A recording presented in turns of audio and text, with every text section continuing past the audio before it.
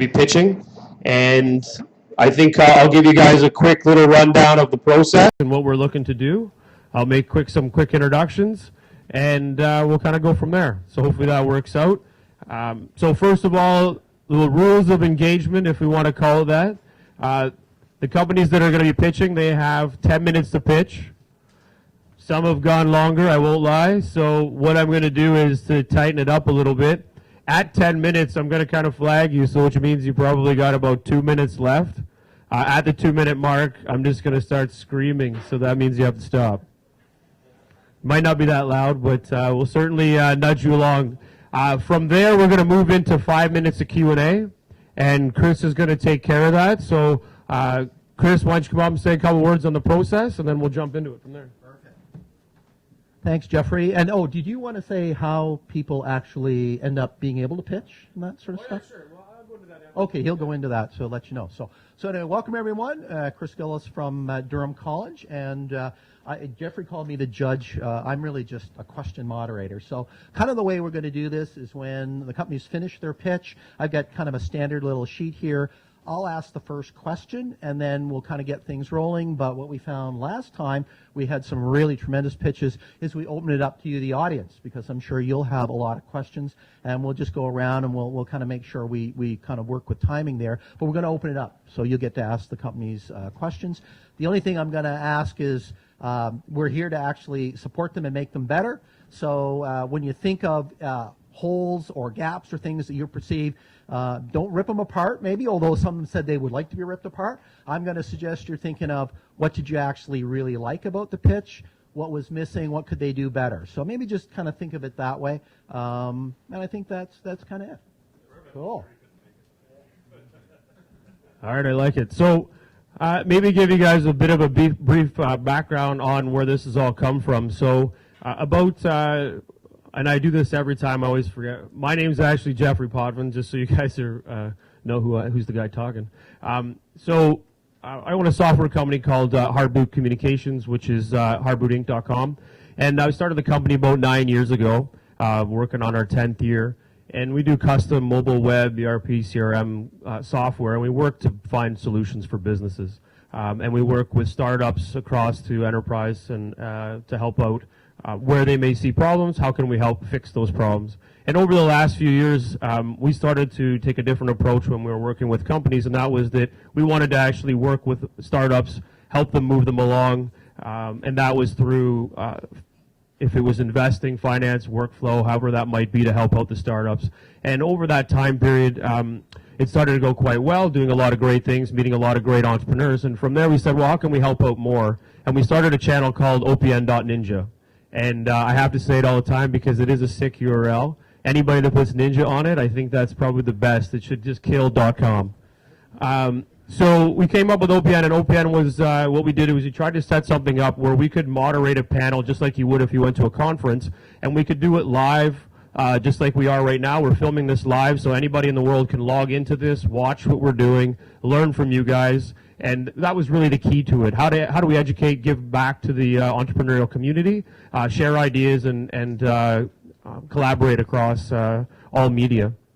So we started doing that from topics like getting high in Canada, women in sales, MVP, minimal viable product. And we started using these types of headlines to kind of drive in people to check out these great entrepreneurs that we were interviewing in the panels. And from there, we kind of had a little bit of a change where some of the companies that we were working with, the startups, they were saying, well, you know what, we could really use some more time to pitch. We're not the best at it. We want to get exposure. We need to work better. And being an angel investor, some of the things that came back was that while we were watching these pitches, we also found that a lot of people could probably use a bit more technique, style, looking to change in their inside of their presentations and those types of things. We thought, well, maybe we can get everybody into one room together. We can question, we can help the entrepreneurs figure out what they need to pitch, how they need to pitch. And then from there, people in the room from investors, techies, business people, will all come together and kind of help out. And maybe someone will find some interest and say, you know what, I want to invest in that company at the same time. So it started to build that group and community around, again, it's all about helping those entrepreneurs thrive and build their business. So that's where PitchIt came from. And the great thing about where we started with PitchIt is Diane, who owns and runs the lodge, which is this facility, and I got to say it's awesome. So thank you, Diane. But yeah, fives. So if you guys are, the great thing about this space is that it's eclectic, awesome place, and Ron and Diane are amazing people. And upstairs they have a facility where during the day startups work. So a lot of the great companies that we're all familiar with, or hopefully, they do also work upstairs, which is pretty cool. So from there we decided if we could put something together, we could get everybody into one space, and hence where we are today. So on our third segment, and we're pretty excited that we're going to have some great companies join us. So without further ado, I don't know if there's any initial questions about what we're doing, and hopefully I've been able to give you guys enough information to get us moving. Oh, the process. Sorry. So the process is text me. I'm not very good at taking phone calls, so text me if you can. No, I'm just kidding. You could, well, you could, but I think the key is that it's an email introduction. If you guys know startups or businesses that are interested in getting in there, what we're trying to put together, and this is really kind of the crux and the start of where we're going, is that we have people that can help with how to present your pitch better. We have people that are, and we're trying to do this so that the entrepreneurs will get this as a free-based service, that they can utilize these different skill sets that are in the market to help them grow. And as we kind of work through this process, will continue to evolve. But we want to be able to provide them with the right people that can help them do the job that's going to help them be successful. So outside of that, I guess some kind of news, if we want to call it that, we're actually doing a PitchIt Durham. So we're going to be starting the same monthly series in Durham region. And I think it starts, I think February 13th is going to be the next date. And the cool thing around that is that we're going to try and cross-pollinate businesses. So every market that we can try to open up to be doing the same idea, they'll be able to start driving businesses so they can pitch in different regions, so they can get multiple exposure, and they can find different types of investors and also learn quicker. So we're pretty excited about that, and if anybody has an interest in opening up their region, then we're certainly game to talk and see how we can push that through. So because we can always drive this through OPN and keep everybody kind of fluent around the startups that are going on in Ontario, Canada. So, and you can email us at info@opn.ninja, or I'll give you my phone number if we talk at some point. Yeah. So, and I think if just for fun, because I know that the world loves social, and I made this last night. This was a lot of effort, I think. PitchIt.to, so if you guys want to hashtag that out and Facebook it and Twitter it and all that good stuff, then that would be appreciated too. So, but as we move forward, let's have our first panelist jump in, and I'm just going to switch the screen, but give me one sec. It's Dalton Hover.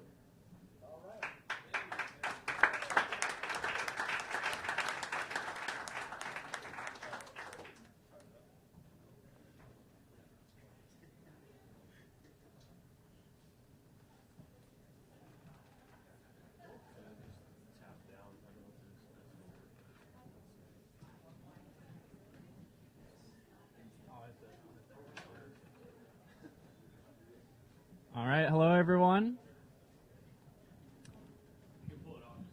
Yeah, I want to walk around. But I got my water up here too. I'll get a flow water soon.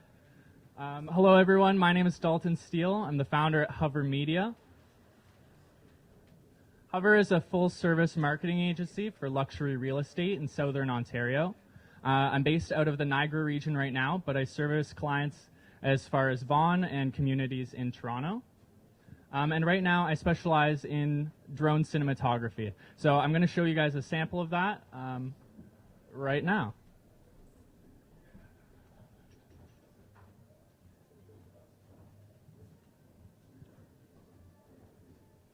Normally there would be tasteful music, but I think the volume is down right now.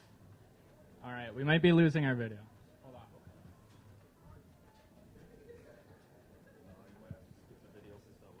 All right, we're going to skip the video today, but I encourage you to come talk to me during the networking event. I have samples.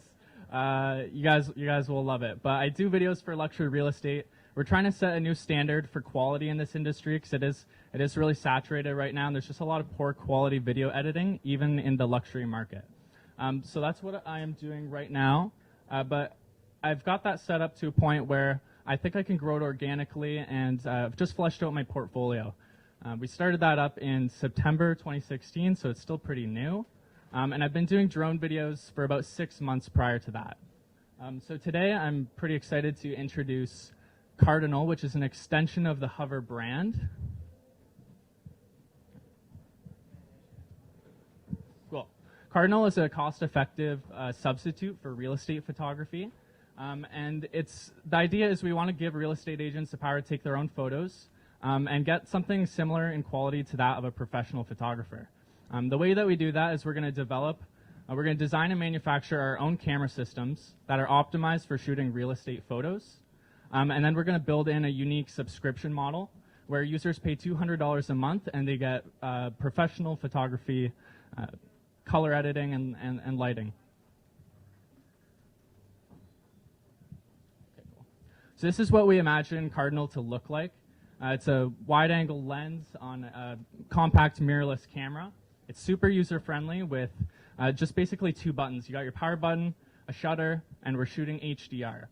So what HDR is we're shooting 5, 7, or 9 bracket photos, which means we take them at all kinds of different... So we take like 5, 7, 9 photos per shot, and we get them at all different exposures of lighting from the brightest to the darkest possible, and then we fuse those together so that you have perfect lighting with every shot. That's a technique that a lot of professional photographers are starting to turn to. So we want to take that technique and put it in the hands of the real estate agents themselves. And you don't need to be a photographer to use this camera. It's super user-friendly. We have a touch screen to connect to Wi-Fi and navigate the menu on the camera. And this would be pretty expensive to develop. We got quotes for estimates for over $500,000 to design and prototype a camera like this. So it'd be a very capital-intensive project, and we would need some serious investors to come on board. But first, we're going to build a minimum viable product to validate that there's a need for this in the market. Now, we don't have a final budget in place for that, as I mentioned, but the focus of this presentation is going to be on the MVP. So we don't charge a markup on the hardware. That's the first thing. We want to get the camera in the hands of as many real estate agents as possible, and then we make our money from the subscription model. Photos are automatically sent via Wi-Fi to Hover. So what happens is a real estate agent goes through a listing. They take 20 to 30 photos. They can take them from multiple different angles. That's fine. And then when they get home or they get back to their office, it connects to Wi-Fi, sends them over to Hover Media, where machine learning algorithms will sort out the duds, any mistakes, things like that. And then human editors will hand select the best shots, edit them for color and lighting correction, and then send it back to the client in record time, ready to be listed.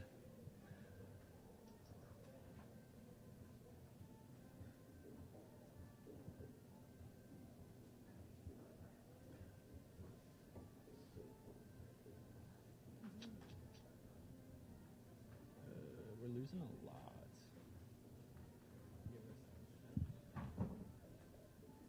We're losing quite a bit of content on the slides, just because of the way we're set up. So I will skip to this. No, I will not. All right, I'll keep going. Sorry, guys. So the minimum viable product is like an 18mm lens for your iPhone. That already exists on the market, and we're going to make it for the last 3 generations of iPhones, as well as bundle that up with a photography app. And then we're going to charge $40 a month for that subscription and offer a similar product to help validate the model. Just give that a second to get that up for you guys. There we go. So that's what the lens looks like there. It mounts onto a case that goes on your camera. We already have a manufacturer lined up for that, so we're just awaiting samples. And we're looking to develop the app to accompany that, as well as we're fully equipped to build the Kickstarter video and the marketing campaign in-house at Hover Media.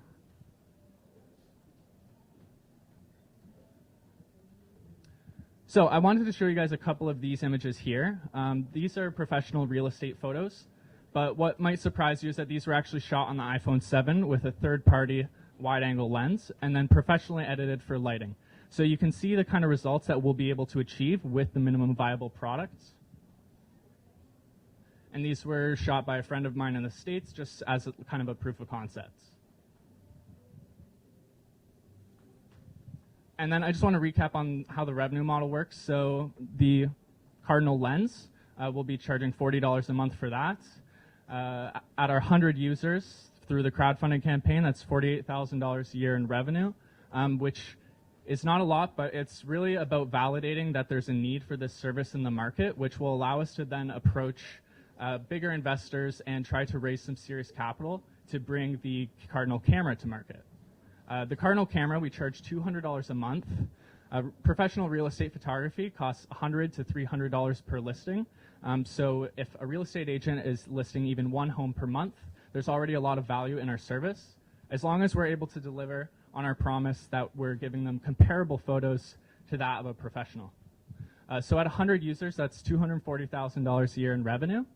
And our goal is to achieve 1,000 users by the end of our first year, which is $2.4 million in revenue per year. I also want to point out that there is a possibility of other revenue streams. So we are able to charge a markup on the camera as well, but in the first year, I want to keep it very small, if any markup at all, on the hardware to get it into the hands of as many real estate agents as possible. And the other thing to consider is small business owners who could benefit from this product a lot as well if they fall in this kind of sweet spot where they have a lot of photos that they need taken for social media or for the website or for clients. But iPhones with Instagram filters aren't making the cut anymore because they want that extra level of professionalism, but they also don't have it in the budget to hire a professional photographer on a regular basis. So these are some of our next steps. We want to get samples in from the manufacturer. We're going to start approaching investors soon, but this is a really new concept for Hover. So we are trying to secure some early bird funding. We're going to be looking for about $15,000 to put this MVP out there. Then we're going to start developing the app. I have a developer in mind for that, and it's going to cost us about $6,000 to develop the app, as well as the networks that we're going to need in place to send the photos wirelessly to us to be edited. And then we're going to build that crowdfunding campaign in-house. And if I have the opportunity to talk to you guys during the networking event, I'd be happy to show you some of my other work and the quality that we're putting out with the equipment we have. We specialize in lean video production, so we keep costs very low and achieve very high professional results. And then, if anyone has any questions about either Hover Media or Cardinal, I'd be happy to take them now. Okay, so I'll start some things off here. And yeah.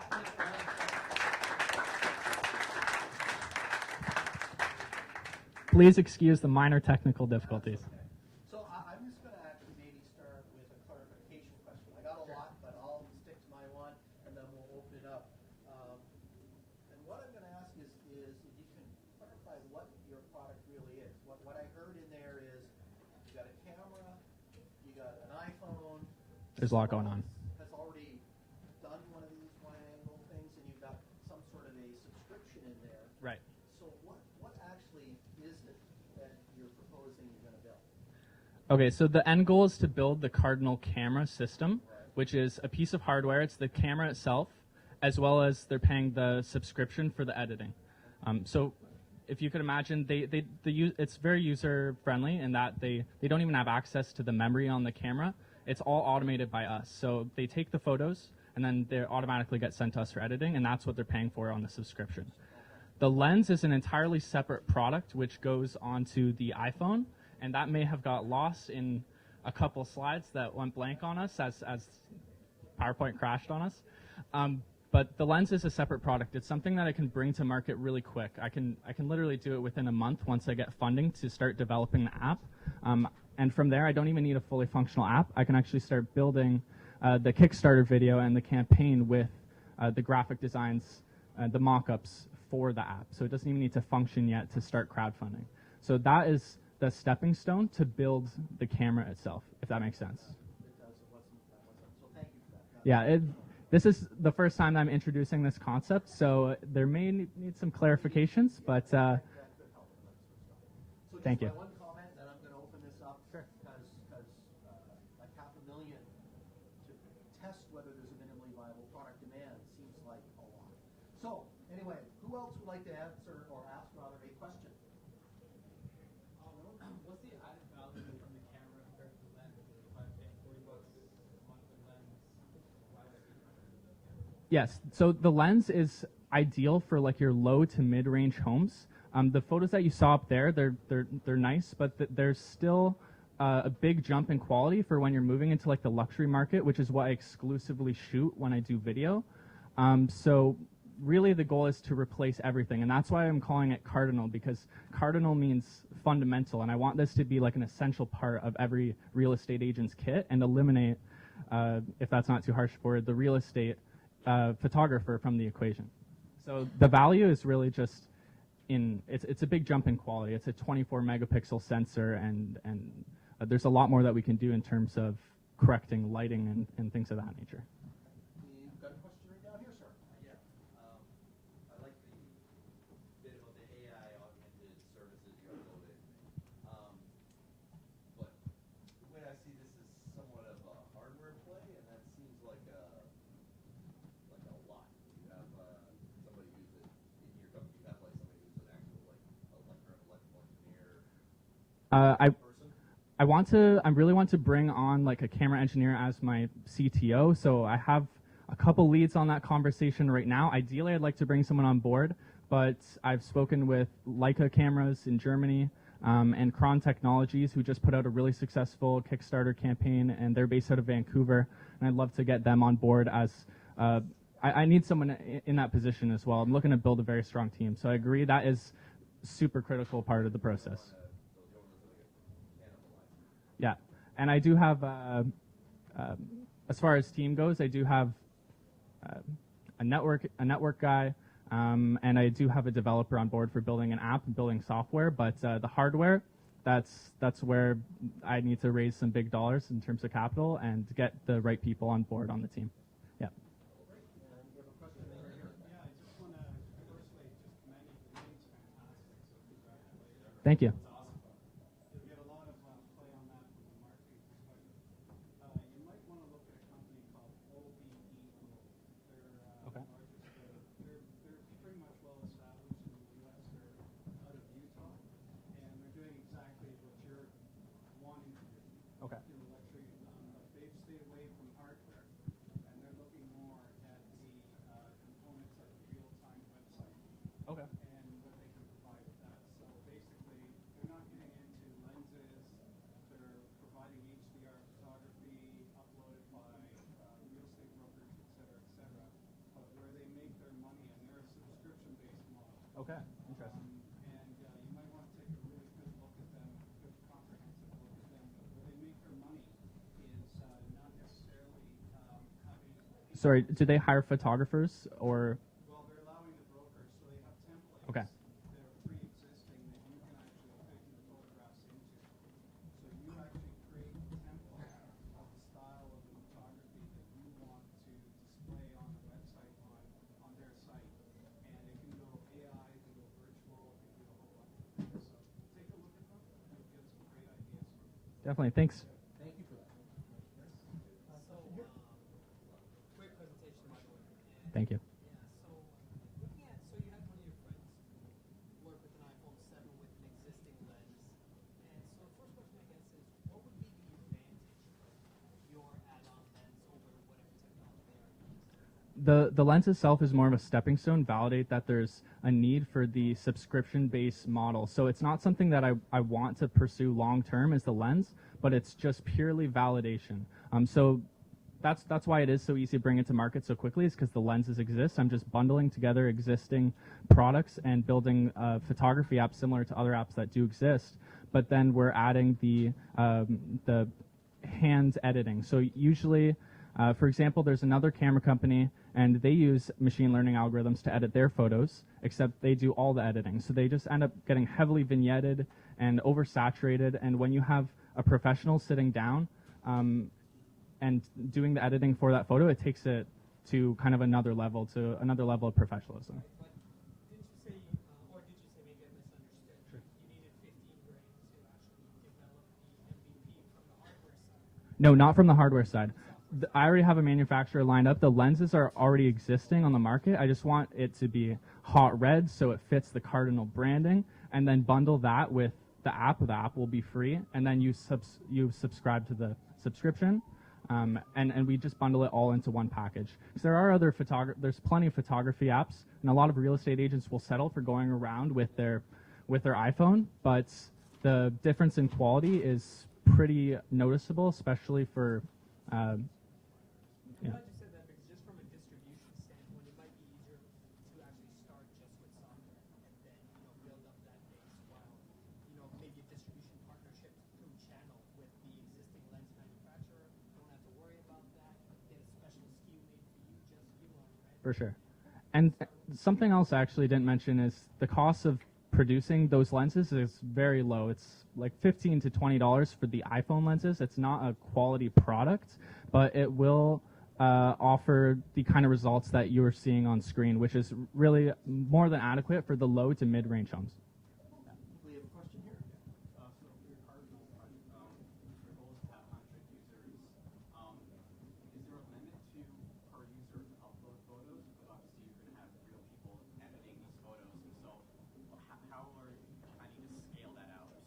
I'm really glad you asked that. The last company I worked for was called Digital Attractions, and we automate the editing process to a point where we can edit full green screen photos, for example, in 10 seconds flat, and we have one editor pump through 1,500 photos in a day. So I'm really not worried about the quantity.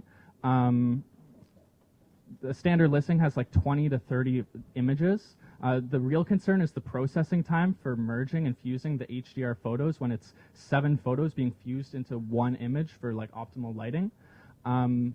But there's really there's a ton of wiggle room in there for real estate agents to go crazy. If they have 6 listings a month, we're still able to keep up with that capacity under that subscription fee. So theoretically, I'm a user and I'm paying $40 per month. There is no limit cap to how many photos I can upload within a month. Yeah.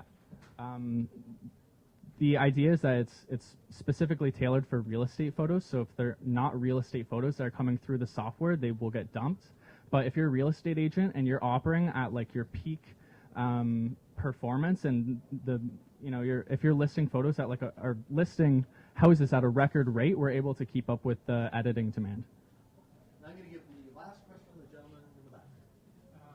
So that jump in quality that you're trying to achieve between the iPhone and the other camera, what's the tie into the benefits of the real estate in terms of driving revenue? I'm sorry, I couldn't hear. In terms of driving sales for the real estate agent, that jump in quality, is that what's driving the need for the real estate agent as well? Like, why go for the higher quality, or why the quality? The higher quality, it just lets you tackle homes from any price range. So, for example, on a luxury home, you might be paying $200, $300 for one listing. And if you can achieve the same quality as that professional photographer, then that's what I'm trying to achieve with the jump to the camera, right? Can the real estate agent sell the home anyway for quality? They definitely could. Like in this market, for example, in Southern Ontario, homes sell for they sell for above asking price in 48 hours sometimes. But photos are still standard.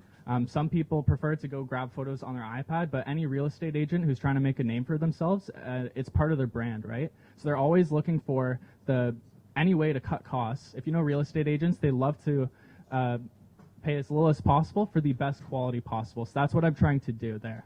I have real estate agents that are clients of Hover Media who've already committed and said, we're excited for this and sign us up, basically. So I do see that there's a need for it, and I think the lens would be really the first step. Yeah. That's good. Thank you very much, Walter. Thanks, buddy. That was awesome.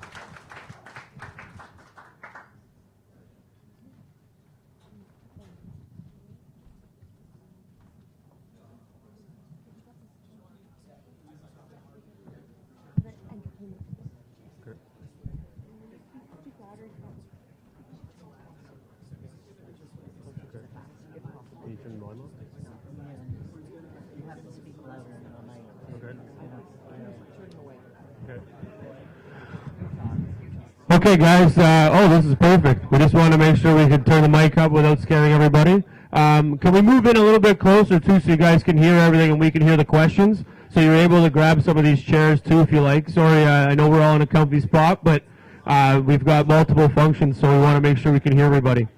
So the next company that we're going to have come up is John from Curex. So let's give John a little warm welcome, and let's hear his business. Yeah, for sure. And then I just do press down. Cool. Cool.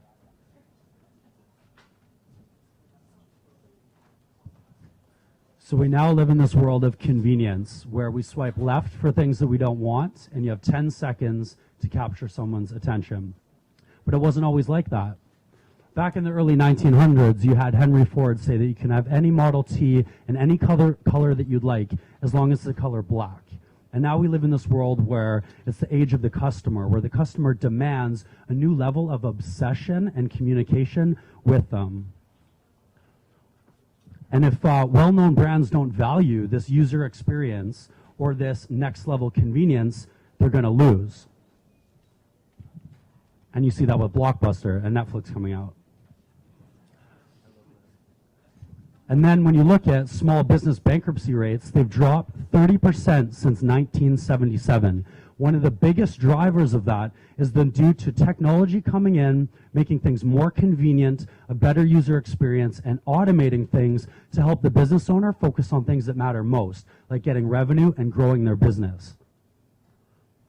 And when you do care about the customer experience by providing a better value, you're going to win. And we saw that with Scotiabank when they acquired Tangerine Bank. So Tangerine Bank was acquired for $3.1 billion because they cared about the user's experience, they cared about more convenience, and that was able to win. They were able to win from that. So what do small business owners and Tangerine Bank have in common?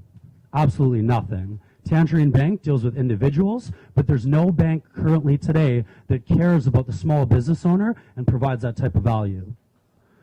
Our customers want convenience. Our customers want better user experiences. Our customers want Curex. Curex is entrepreneurs building a bank for entrepreneurs. And I'm not just some crazy guy coming up here saying I'm going to build a bank from scratch and I have no way of doing this. Because you might be asking, how are we supposed to do that? Well, we don't. We have a partnership with a Schedule I fully online bank in Canada called Zagbank, which most of you have probably never heard of. But Zagbank is fully owned by Desjardins, the largest Caisse Populaire in Quebec, which is equivalent to credit unions here in Ontario. And we have a great relationship with the CEO and executive team to build out all the pieces of a bank and put it all together so we can build the next generation bank for the small business owner. And we started with our first product, which we've launched. So our customers that need to make international payments or exchange currency currently deal with this. Standing in bank lineups, they're charged upwards of 5%, 5.4% if you're using Stripe or PayPal. And it's just, there's hidden costs involved in the currency exchange fees, and there's no trust building the customer when you don't tell them exactly what you're charging them. It's no way to build trust. So in a post-Curex world, this is the user experience. Our business owners are picking up a phone and sending hundreds of thousands of dollars to countries around the world with full convenience for a total cost of 1%, which is what we charge. And there's no hidden fees involved in that. We eat up all the wire transfer fees as well. That's how you build strong relationships, transparency, low cost, and convenience. This is the new kind of design look to the website. So you come to our website, you can see the fee that we charge, the average from a bank, and you can easily and seamlessly put in the transaction volume. This is an example of how you start to send money through the system. 4 easy steps, takes less than 30 seconds to place the order with us, and that money will be sent to China in the same rails that a bank does it. This is kind of an overview of what the mobile version looks like. So this is a massive market, right? It's $610 billion globally to exchange currency for our first product. It's about $2.4 billion from our actual target market customer, the small business owners within Canada. 90,000 of those customers are available online, the key decision makers on LinkedIn, so it's very readily and cheaply able to target them. Our online go-to-market strategy is the typical digital pay-per-click strategy with Facebook and LinkedIn ads. We're going to target these actual key decision makers through these online channels, developing our creative and content and video and in writing as well. And we also do an affiliate partnership with different chambers of commerces and different businesses where we post a link to our website that you can click through. And for doing that, we'll give them a 10% royalty of our sales from that customer in perpetuity as well. We're not a bank. We can share profits with everybody else. We're able to do this. So we also have our chief marketing officer who's built a LinkedIn AI. Out of those 90,000 customers, all of our outgoing sales and marketing is completely automated with this artificial intelligence engine. So every day it sends out 100 invites to those key target customers, and within 10 minutes of them accepting our invitation, it automates a message saying to set up an appointment. And if they don't answer us, it follows up 3 days later automatically. So we don't have to do anything for outbound stuff. Also digital PR, so I'll be speaking on podcasts, we'll be doing blog content, that'll be driving traffic to our website. And we're putting out a YouTube channel to talk about all the different kind of technological products that can help the small business owner to provide value to that person up front to bring more traffic to our website. So we also have dedicated email list drops. So we go through these blogs to pull emails, and we have a list of 1.4 million business emails from small business owners within Canada that we can pull from. And as well for anybody in the room, if you know a business owner and refer them to Curex, you also get that 10% royalty of sales. So you yourself can build a book of business just from knowing some business owners. Every time they transfer money, we take 1%. You're going to get 10% of that 1%, and that's in perpetuity. So everybody can share in our profits at Curex. The team's pretty phenomenal, at least I think. My CTO, Timothy Quim, he's sold 3 companies for 7 figures plus to big, large multinationals like Union, Transcontinental, CGI. Matt McGuire, an investor in our company, is our chief anti-money laundering officer. We have a lot of rules and regulations we have to follow for any CAMLO people in here, or any AML people. So Matt's an investor in the business, and he deals with all the compliance side to it. Nick is the genius behind this LinkedIn AI. He has a proven track record of building companies from $0 in sales to 6 figures a month within less than 12 months. He's a growth hacking expert, and he's our guy. Ryan Burgess, our sales guy, he literally just left his full-time career in Australia, making $120,000 a year to come work with Curex for no money up front. And he was doing this for 2 years, and he raised a team of 38 people underneath him. So he's a pretty great guy. Dimitri went through the Next 36, if anyone's heard of it, to breed high-impact entrepreneurs a year before I went through it, and he does the UX UI. Myself have been in this industry about 3 years, reimagining the way banking should be. Took me 2.5 years to build the necessary banking relationships to make this all happen and to have a live product today, making revenue. Dave D'Angelo, an investor in our company and our first customer. He's now sold his company in December, and now he's full-time VP of sales for Curex. And my mentor, if anyone knows Kirk Simpson, founder of Wave Accounting. They've successfully scaled to 2 million small business clients, and he's raised $64 million for his venture. And he was my mentor through the Next 36, and we've stayed in contact since then. So we're looking for $1 million. We've raised 93,000 of our seed round in a convertible note, and we think that'll get us to 750 customers for the current currency exchange product, which we have operational today.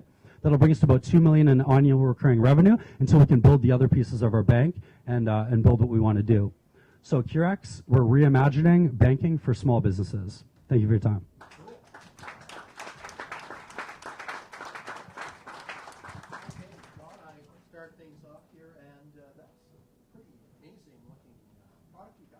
And Dalton did the slides, by the way, for anyone who's curious. He did all the design work.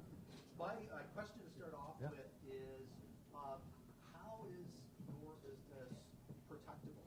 Like, how could, like Citibank or Chase just decide we're going to duplicate that and take over the market? So they move slow, right? They have massive infrastructure with all these legacy technology systems. For them to move as quickly as we are to build it from scratch, it's just not going to work as easy. I would actually give advice to the big banks and say, start your bank from scratch in a different room, and then you would be able to compete with us. But I highly doubt they'll do that, even if they heard me say it. Yeah. Yeah, absolutely. Yeah. Cool. So who would like to ask John a question? How long have you been in market with products? So mid-October, we've been actually making revenue, yes. Very early. So we have 40 customers today. We're transferring 6 figures a month. We take 1% of that, so very small revenue still, in the thousands a month. And you said that your growth hacker can go from kind of 0 to 100,000 customers in less than So we haven't started with them yet until we raise enough money. It's $4,000 US a month. Luckily, with our system, we actually send the money through CureX to pay him in US dollars, which is kind of nice. We get to save money on the exchange, but it's about 5,400 or so a month. You're going to pay him $4,000 a month. 5,400 Canadian, yeah. And so what's the expectation in 12 months? How many clients do you think you'll have? Well, in 18 months, we'll be about 750, so I would say about 350 or so, approximately. $20,000 is the average size today, and they do about $300,000 a year, so you get about $3,000 in revenue per customer that we bring in. For the 40 customers, yeah. And then lastly, that $2.83 billion number, was that Yeah. was that the net or sort of gross amount of transactions, or was that the revenue that you generated? So that's actual revenue, and that's with our 1%. The banks are making much more than that right now because they're charging upwards of 4 to 5. Yeah, so Canada small business, 10 employees or less, and that's done off the government of something that came out. I forget what it was now. Yeah. Yeah, no problem. Other questions? Yeah. So you've been alluding to that as like a different way of banking, but it's not a full service bank account for small businesses, strictly for money exchange.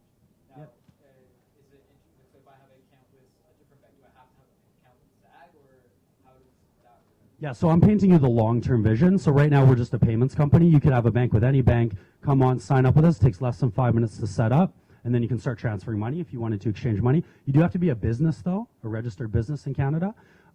We don't do individuals yet, as of yet. So yeah, we're not a bank yet, but over time, like Zeg Bank has the savings and checkings account abilities. And I don't know any other fintech, and me and David, the CEO, talked about this. I don't know any other fintech that actually has a relationship like this where you can actually have deposit accounts. So it's a little bit of a rare situation, I think. Yeah. With 2Checkout? I'm not actually, no. Okay. Is this a point of sale thing, or? So there's a ton of payments companies out there for sure, but I'll look them up. Yeah. Okay. So we don't have to do any of that. No, we don't have to. We're using all banking networks, and we're using the SWIFT network, so we don't need to do that. Yeah. Oh, yeah. Yes. Originally, I was going to comment on the same, that, like, are you offering a bank? Right now, you're just a payment. Yeah, so the long-term vision is we're a bank. Like, I need to throw something big at you, and then that's how I get investment. But we're just a product. President's Choice Financial is a bank, but they're not actually like CIBC backed. For sure, yeah, yeah. So, but yeah, I'm impressed because that's one of the things. If you look at almost every business, businesses still pay. Businesses are probably the only thing that still pays by check. Yeah. So everybody else pays some other way. So, Yeah. I like it. I like your concept. Cool, thank you. Spent a lot of years in banking and finance. Nice, I love it. Do you make money at 1%? We do actually, yeah, because we're such a lean model. Well, it's 100 basis points is our the revenue, right? And 25 basis points is our cost with our banking partner in the UK. We use Barclays Bank because they're like the global player in payments. So we go through Barclays Bank to do all our payments.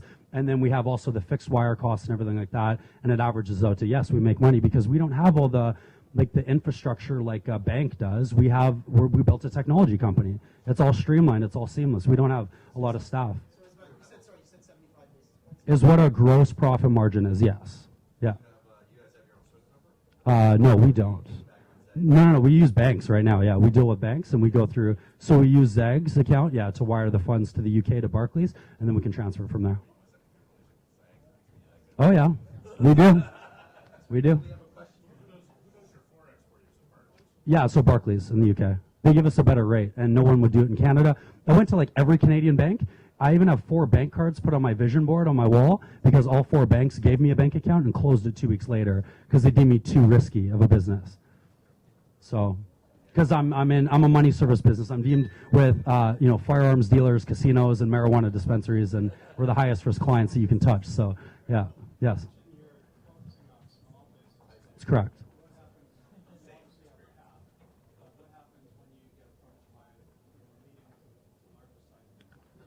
So 1% gets expensive when you're dealing with medium-sized companies because when you start to get bigger, now the banks want to fight for you. So the whole reason here is they don't care about the small business owners. And it's not, sorry, I shouldn't say it like they don't care, the people don't care. The people care, but the model is not scalable because there's a lot of manual processes, so they can't help these business owners and they don't make as much money off of it, so it's not worth their time. So they'll push them to the low-level employees at a branch. They can't help, you can't have I'm not trying to be rude, but you can't have like a 9-to-5er that's never built companies tell a business owner what to do, right? And they don't have the high risk capital that you need for the small business owners. You only have low risk capital, so by definition, a smaller business is riskier. So you need that type of, and they won't do purchase order finance, and they won't do factoring loans, they won't do anything like that, which we're going to all input into the system and make it seamless.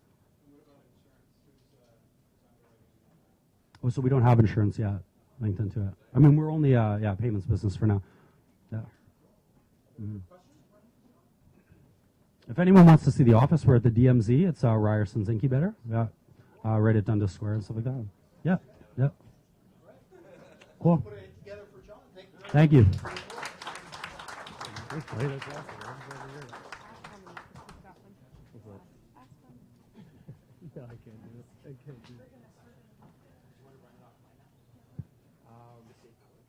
Well, I'm probably good for the next one, and then I got to switch to this one.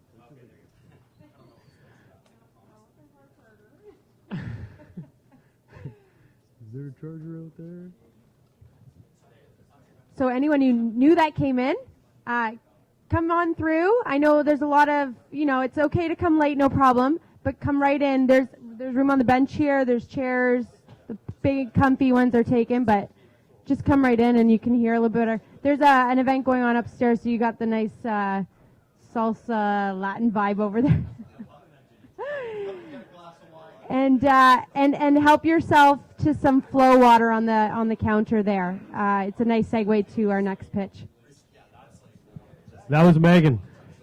So Megan's going to keep helping us out with all of the PR tweets and help everything. So anybody has any content information they want to share, pass that along, and we can make sure that we get that information out. So on the next pitch that we're going to get into, I'm going to introduce you guys to Flow Like Water. Is the URL or the company Flow, and I'm going to introduce you to Michael. Come on in. Thank you, thank you. Thanks to the PitchIt team. This venue's fantastic. This is super cool. So listen, thank you for your time. Great presentation so far. There's really four things I want to talk about. Number one is you're probably thinking water. Like, why is a water brand even talking to us today? So I'm going to talk a little bit about the consumer and what's going on in health and wellness. And number two is I'm going to talk about the brand and our water. Number three, I'm going to talk about the packaging. And then number four, I'm going to talk to you about what we're up to. Okay? So a few highlights. Maybe we'll go, actually, Julian, let's go, yeah. I'll just talk to you a little bit about the product. So what is Flow? Some of you have been enjoying Flow tonight? So Flow, we're a Canadian company. We launched in May 2015. We actually are in 4,500 stores nationally in Canada. So some of you may have seen us. If you shop at any sort of major retailer or natural food store, particularly in Toronto, you definitely have at least been around us. But the product actually is a local Canadian product, and our spring, our source for the water, is only 2 hours from here. So the last time that a Canadian high-quality premium mineral water was launched was about 20 years ago.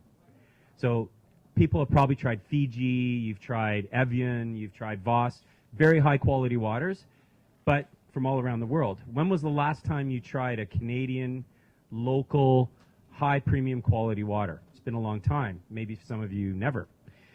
So our water is 100% naturally alkaline. The mineral count in the water, so potassium, magnesium, calcium bicarbonate, is higher than Fiji or Evian.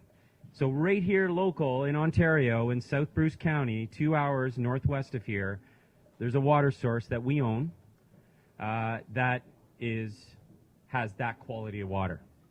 And you guys may have heard about alkaline, you may have heard about pH, some of these hot, trendy, cool consumer things. They're really important. Why is it important? Alkaline is, in very simple scientific terms, if you will, it helps sort of neutralize and balance your body, turns it from an acidic state to a base state, which is great for reducing inflammation Very hot, trendy product, or very hot, trendy consumer insight right now. A few other things about the water is the water source, which again is only 2 hours from here, has an amazing sort of anomaly in terms of the geological conditions. So if you were in France and went to Evian's source, again, a high quality water, but it's the limestone, it's the actual geological conditions that make the water what it is. And we have it right here.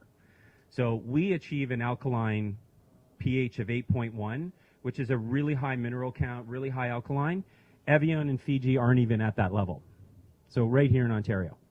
So that's a little bit about the product. But you know what? Consumers are saying, hey, we love Fiji, we love Evian, we love Voss. These are great waters.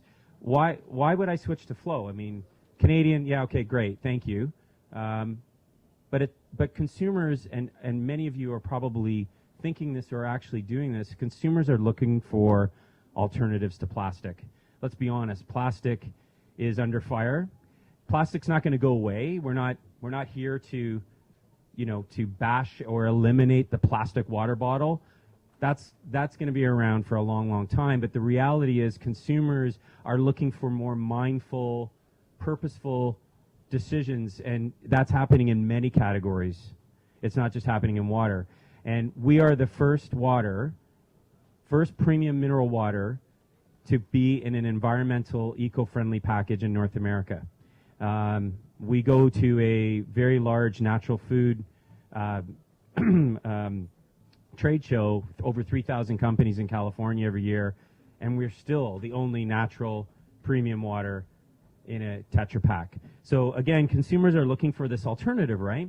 So when you start combining high quality premium mineral water in an eco-friendly package, you start to have a story. And there's much more, and in 10 minutes I'll save you all the details. But Tetra Pak, which you've seen before in many different formats, coconut water, juices, they're a financial investor in the company. We're building a plant actually in north of Toronto. They've invested $4 million in financing the plant for us. So Tetra strategically looks at water and says, hey, we've been in coconut water for many years with Zico, with One, with Vita Coco, but they haven't broken the $16 billion category in North America called water. And so they are very aligned with us. They're very involved with our company, both from an advisory, financial, et cetera. So that's a little bit about the packaging. Oh, we missed one more. Did we go a little too quick? Oh, the source. Yeah, I talked about it. One or two quick points we get asked a lot is, well, how big is this source? What's the capacity? Are you depleting the resource? Like, are you, like some of our, I won't mention names, but some of our competitors are depleting resources. Here's the quick facts. Number one, it's a 25-acre property. It's been owned by our founder, who's in San Francisco right now, pitching some customers. That's why you have me. But here are the quick facts. It's a 25-acre property. The source, the water, is an old artesian aquifer. And what an aquifer means is it's a self-sustaining, and the water bubbles essentially to the top, right? So we only drill down 15 or 20 feet more just for geological reasons, not because that's where we have to get the water from. The water is on the surface. It's a lake. Okay. Another quick fact is the spring or the lake produces over 1 million liters of water a day. So we're still a startup. So we think we can grow our company for about 7 years before we even have to really worry about whether we're taking more water from that source than what it's providing to us naturally. So the last fact is net, we're not a taker of the source. The source is a self-sustaining aquifer. So, okay, next slide.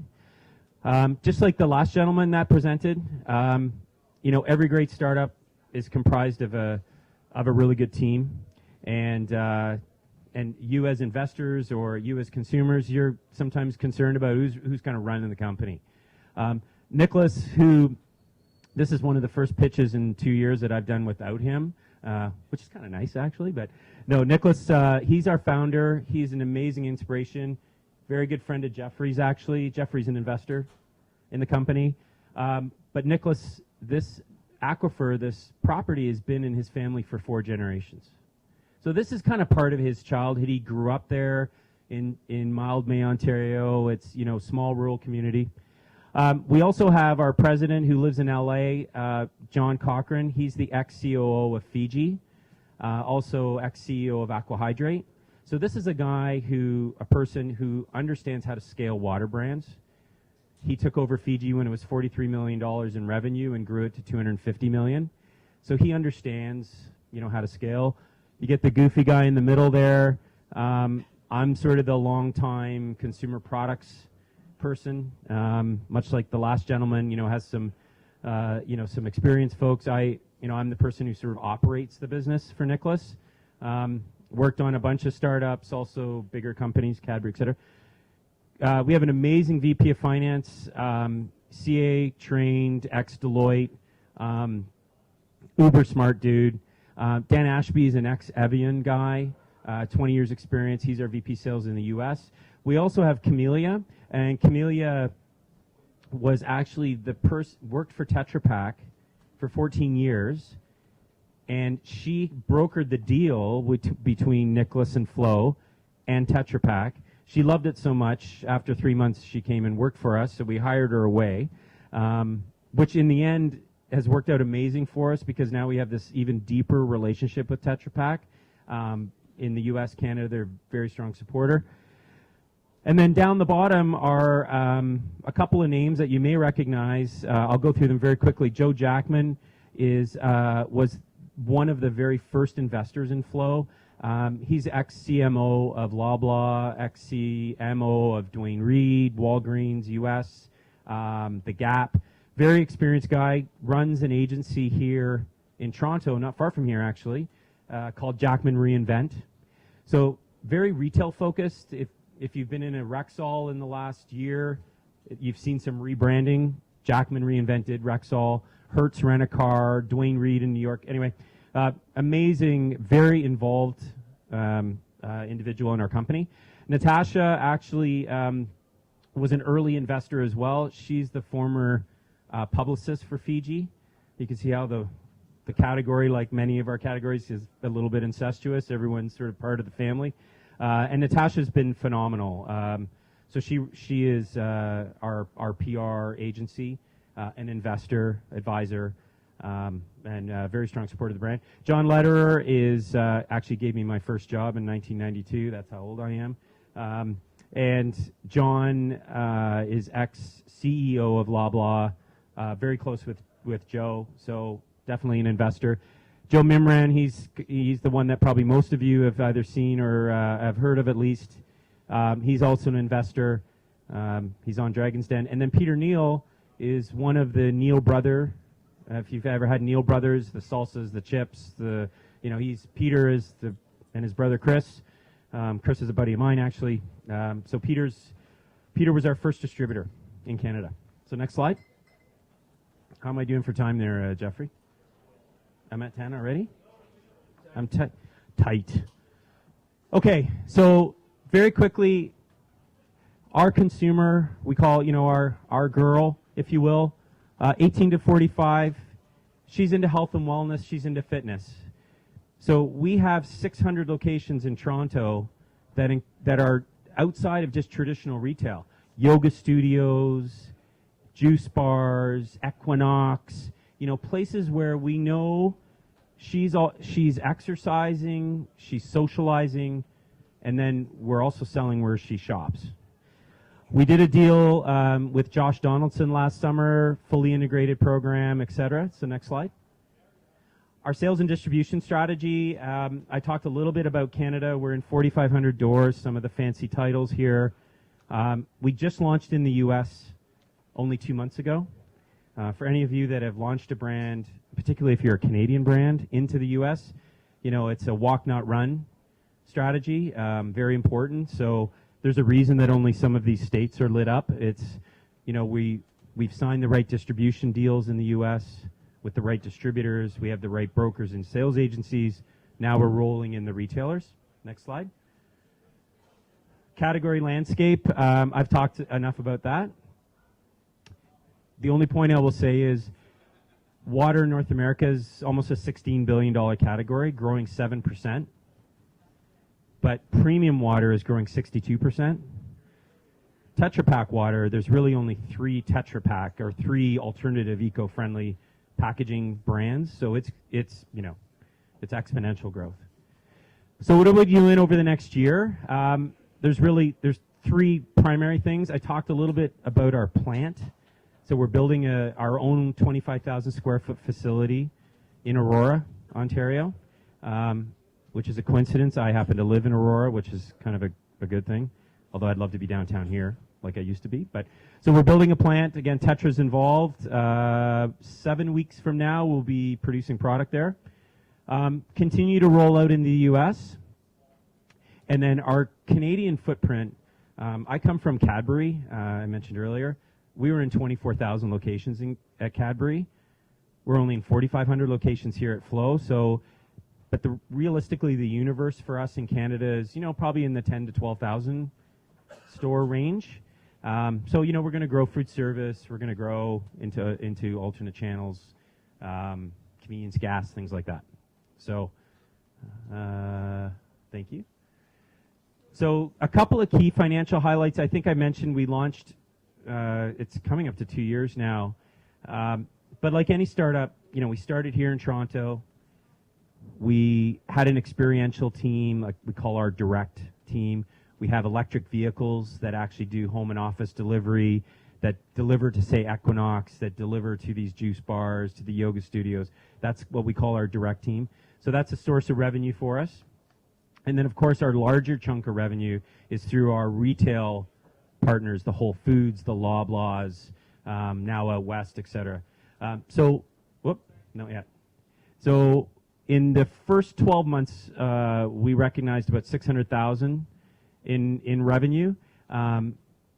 We're targeted. Our fiscal started November 1st. So at the end of this fiscal, we now with the U.S. launch and starting to roll out the rest of the volume, our projections around 5.5 million in revenue. Which, sorry, I guess it's 5.8. That keeps going up. Hold on a minute.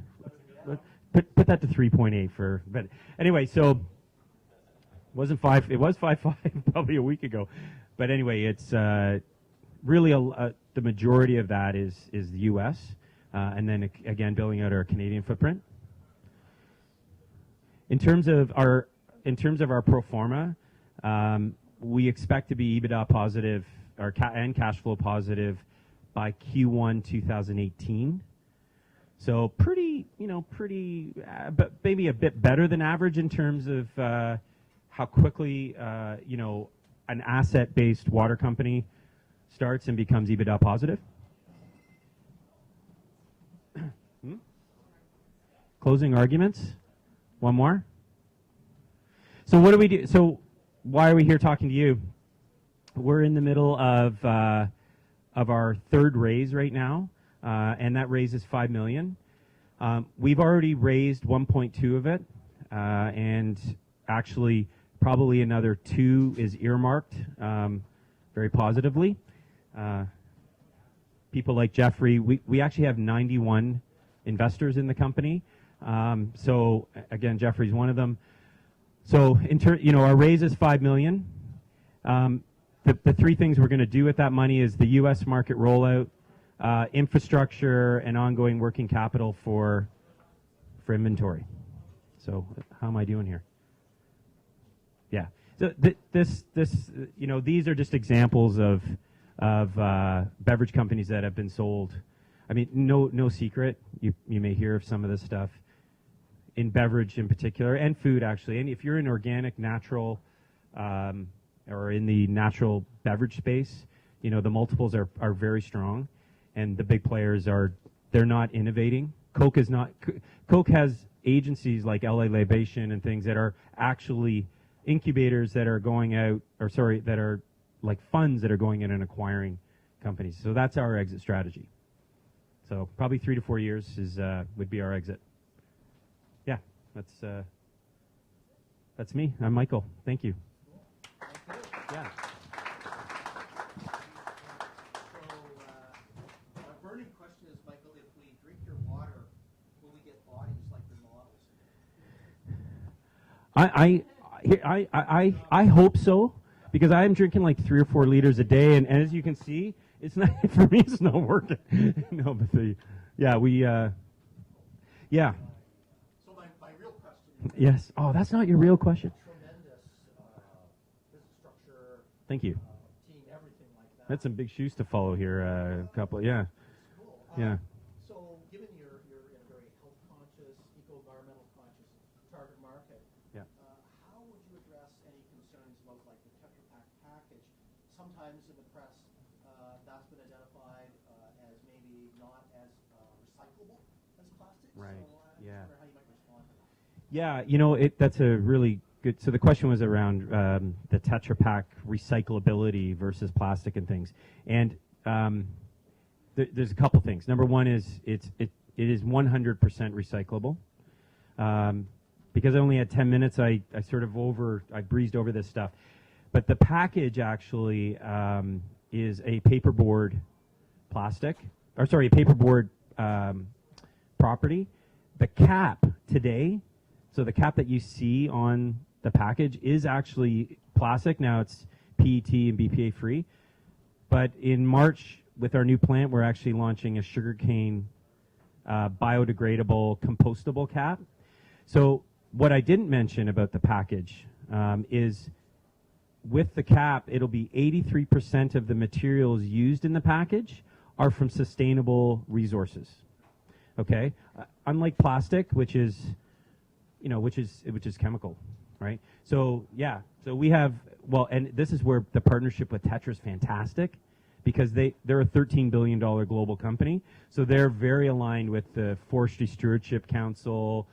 So in terms of sustainability, it's their mantra. So, yeah. Thank you very much.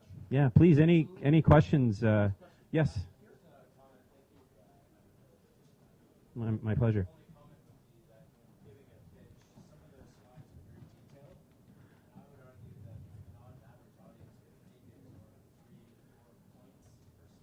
Yes.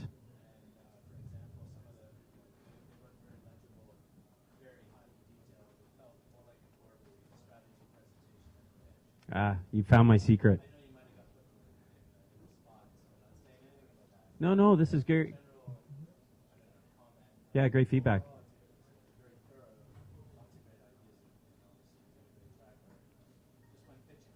Yeah, thank you. Yeah, no, it's good feedback. Yeah, the feedback was the slides are, and you're absolutely right. It is more of a strategy update document, to be very frank with you, and I appreciate that. Yes.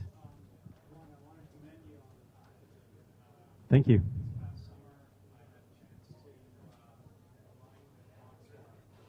Yeah.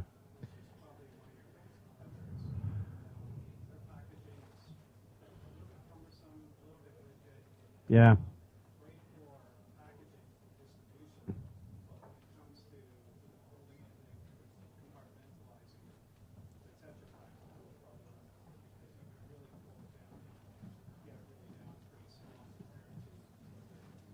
Yeah, thank you.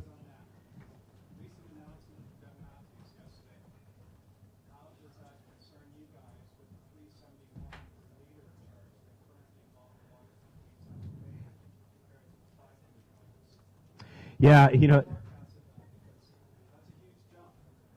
yeah, it is. And the reality is the cost, the base was so low in the first place that if you were one of our large competitors doing 15, 20, 30 million a week, then that's a different, but for us, because we own the source is actually owned by the company. It's the marginal cost for us is virtually negligible for us. Yeah. sorry. It's How are you going to get around that $3.71 to $500 fee that the government's going to charge? Yeah, again, based on our economics, it's not a big issue. No, and again, because we own the source, so our competitors don't always own the sources. Yeah, so different scenario. But yeah, good. Yes. Everything more than 15, everything more than a certain distance below ground, you don't own. It doesn't matter. You own the land. It's more than a certain distance. It's the same as in Alberta with oil and everything else. It doesn't matter. You own the land. It's once it's more than a meters below the surface, it's owned by the government of Canada, the province, etc. You don't actually own the water. You may own the land. Well, I unfortunately I beg to differ. We actually own the water. 110% own the water. Yeah, we do. Yeah. To launch a water, yeah, we own the water. Yeah, we own the water.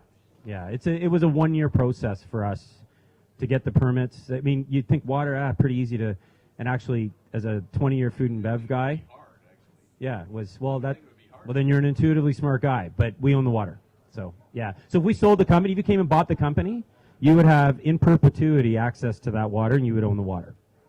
So, but put an offer in. Last question. Thank you very much. Yeah. Yeah.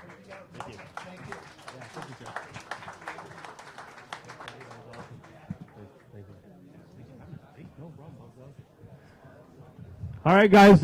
You know what? We can go quickly, grab a drink. There's wine, the water that Flo's provided, and we're going to jump right into the next pitch because we still got 2 more to go, and I want to make sure that we're able to push through these. So coming up, we have Lenford from Lendu. So let's put our hands together for Lenford.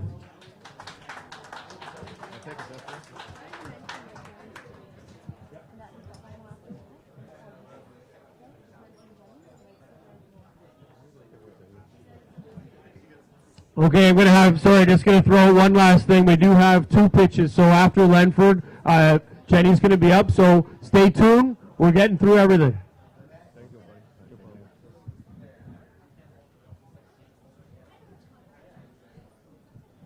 Hello, everyone.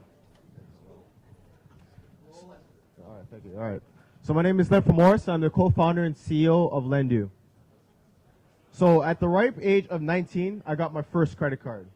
It's a $1,000 credit limit. I was ecstatic. I blew through that credit card like it was going out of style. I got my first bill. I realized the bill was only $10 for the minimum payment. No problem. But as the months go by, I realized I got myself into a problem.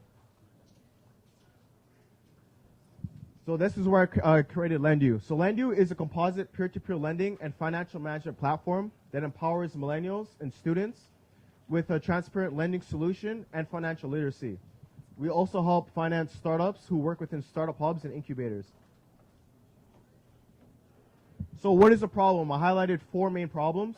Consumer debt right now in Canada is on a rise and the number keeps creeping upward. Alternative financing options, specifically for students, who is our niche, is quite scarce and is quite expensive. It's difficult for student startups to get access to funding. And students and post-grads there's also a lack of financial literacy. So the opportunity here in Canada when it comes to fintech and just space in general is actually quite interesting. So fintech, like I said, is a hot industry. The banks have a out to get you stigma that's stated by the Mars Center. Students and post-grads are not very financially literate. Investing itself can be a difficult concept to grasp. I could go on and on for days about the opportunity that is in front of us. So our niche market for the consumer side is a student who's attending post-secondary school, looking to borrow money. They never miss payments, but lack financial literacy. And on the business side, we're looking for the same thing. So post-secondary students starting up a startup or a small business and are looking for funding. So the market size on the consumer side as a whole, consumer debt, it's an $85 billion industry. But when we break it down, our niche market is $10.6 billion just on the consumer side, and then there's $2.9 billion in delinquencies, and we don't touch that for obvious reasons. And for businesses, it's a multi-trillion-dollar industry, but again, as we niche it down, 7% of individuals who are between the ages of 19 and 25 work within a startup. Those are the individuals who we're targeting. So the solution is a simple peer-to-peer lending platform, consumer rates starting at 6.6 and business rates starting at 5.6. Lenders could receive up to upwards of close to 14% annually in a return, and also a mobile financial app that teaches financial know-how and monitors borrowers' spending habits and financial health. So the model, it's quite simple. Lenders pool their money together, and then they fund the borrower within 24 hours. We're actually aiming to be less than that.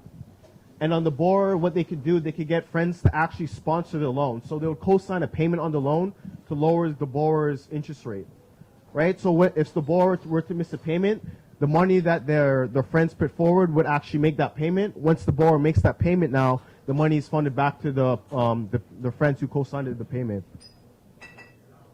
And also one more thing to note, it's the same for businesses. You could get your incubator to sponsor a payment for your loan to lower your interest rate.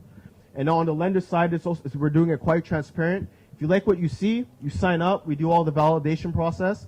Then we ask you a short questionnaire so we get a taste of what your risk appetite is. And we construct a loan portfolio based for your financial needs and what your risk appetite is. And we diversify your portfolio. And then after, you just sit back and receive interest plus principal on a monthly basis. So like I said, it's a composite peer-to-peer lending style, not the traditional peer-to-peer. So we're also funding loans off our balance sheet. So 50% of the loans, I should say 50% of the loans that are being funded are short-term loans, loans between 1 to 6 months, and also lines of credit. So we're offering lines of credit to university students opposed to going after, say, a 19.9% credit card. And then for the other 50, and the other side that's funded by the lenders now, those are long-term business and personal loans as well.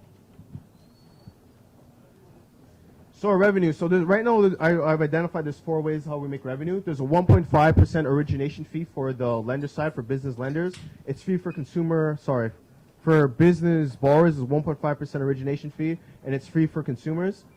There's a 0.5 to 1.5 annual maintenance fee for lenders, and that's all depends on the risk category that they're lending to. Loans that we fund off our balance sheet, the interest we get off of that's quite simple, and also white labeling our product as well.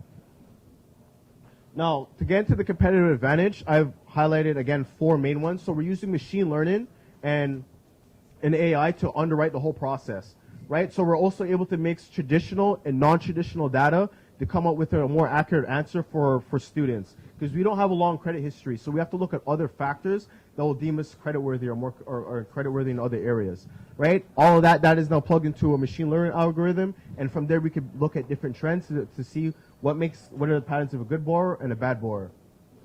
Our financial management app that also monitors individuals' financial health, and as well as the barrier to entry. To be a peer-to-peer lender in Canada, you have to get your exempt market dealer license through the OSC, and it's quite extensive and it's also quite expensive. So that is one barrier to entry for us. All right, so just to give you a little visual, what the financial management app looks like. We automatically categorize all of our borrowers' expenses. They just sync all their bank accounts to our platform. They can set a budget for themselves. They can monitor the overall financial health. So if you're that student spending $200 to $300 a week on kegs, and you want to be that individual who knows an investment portfolio, we can now help tailor your spending habits to that individual you want to be, right? We also track all your loan expenses and also assist you in what areas you need help with. Now, when it comes to our competitive landscape, like I said, niche down to just students, these are our options so far, right? So currently, I go to Brock University. If I want to borrow money, I could go to Mogo. They're one solution, but it says 39.9% APR, but they also offer like a payday solution that's way more expensive, upwards up to 300% APR. Payday loans, I'm pretty sure that's self-explanatory, and also credit cards start at 19.9%. So like I said, our options are quite scarce and also quite expensive. So our go-to-market strategy and our traction so far is we're actually hosting financial literacy workshops in colleges and universities just to teach students about finance. We're also jazzing it up, giving it some swagger in a sense. So it's not just a classroom, but we're also getting students to interact with each other, talk about finance, get them actually educated on this. Because around 91% of students done this at Brock, they don't even know what APR means, and they own a credit card. They don't even know what the annual percentage is on their credit card. And they're not really financially literate, but they want to be, they just don't know where to go, right? So we're offering services like this. We're going through different lead channels, and then after we're going to go double down 80-20 on those channels, see what works most effectively. We're also having a referral program, so when you download our app, we'll give you and your friends $5. And so far for our traction, we see $5,000 in investors funding. We have reached a loan portfolio of $5,000 within a month. We're starting to generate revenue. We complete our MVP. We're also A/B testing our MVP and our also advertisements as well. And right now we're working with Brock's marketing team to getting the word out, and we're also hiring ambassadors as well. So our growth, as it says here, we're more closer to here. We're starting to bootstrap. Our bootstrapping is going to be used for tech dev, marketing, and compliance. And within the summer, we want to get into our seed round as well as getting our EMD license. We're working with OSC Launchpad right now. But in the long run, we also want to incorporate ourselves as a full peer-to-peer lending bank. So we're really leveraging crowdsourcing and also enter the mortgage space. And I predict within 10 years, and the traction what we're seeing so far and just the right opportunity, like I said, we could exit at over $1 billion within a 10-year period. So our financial projections, our first year, when we fully launch, we're only looking at just over $3,000 for our bottom line. But once we have exponential growth, this is about between 10 to 20% growth over a month-to-month basis. In our third fiscal year, we could reach $1.7 million in our bottom line.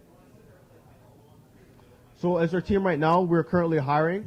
Like I said, I'm the co-founder and CEO. I graduated the Founder Institute program, which is based out of Silicon Valley, but I finished a chapter here in Toronto. My co-founder is out of Waterloo, and he's our lead developer. He just finished our MVP. We're also hiring a marketing guy, and for anyone in here who's in the banking field, we need someone to help us actually put a face on our credit assessment model, because everything we do is very hands-on, but we actually need to start to develop like a mathematical equation to actually make our decision process more effective. And for our advisory board, we have Ryan Haynes. He's our compliance officer. He's helping me out with the OSC Launchpad process right now. And Jerry, she helps with business strategy and development. She's put money to the company, and she is actually listed by Forbes magazine as Africa's most influential woman at the moment. So for the ask, I'm asking for a $100,000 line of credit to fund more loans. Unfortunately, in the incubator where I am right now, people are asking me for money to fund this startup. It's just I'm turning them down because I don't have the capital for it. And like I said, $300,000 for tech, marketing, and compliance. Thank you.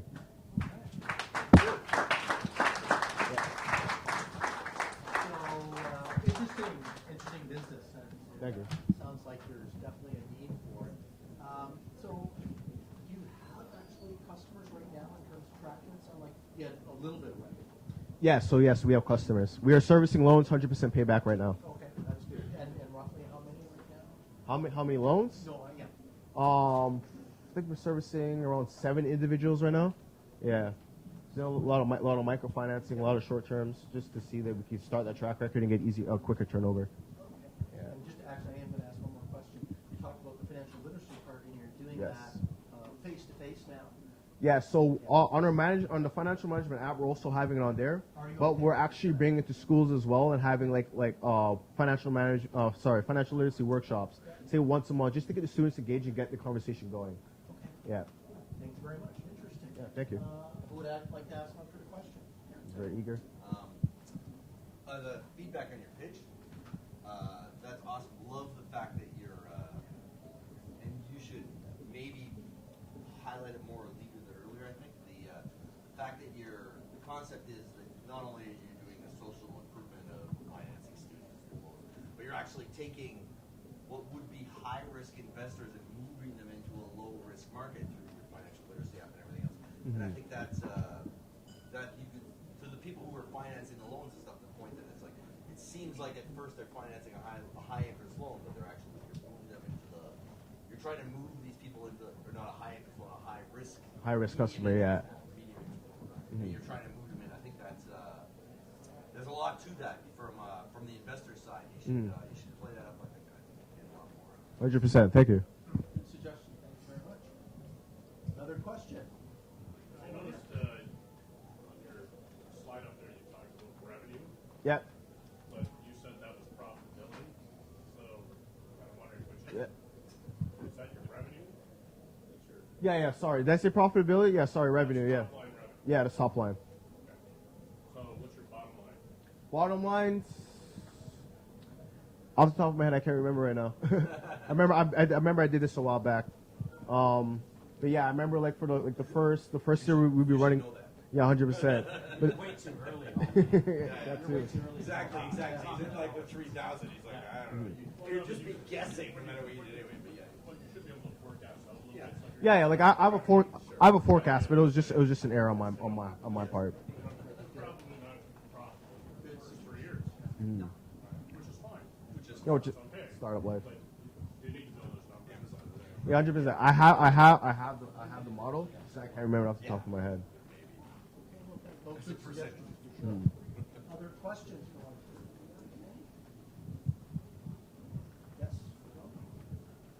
No, maybe so. Anyone want to invest? Okay. Looking for the checkbooks. Perfect. Thank you very much, Chris. Yeah, no problem. Thank you.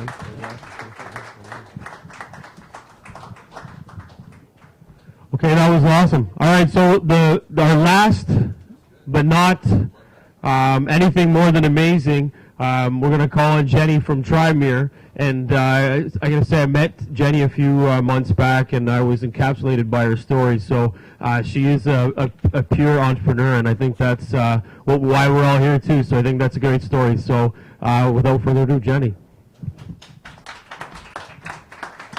Hi. Hope you save room for dessert.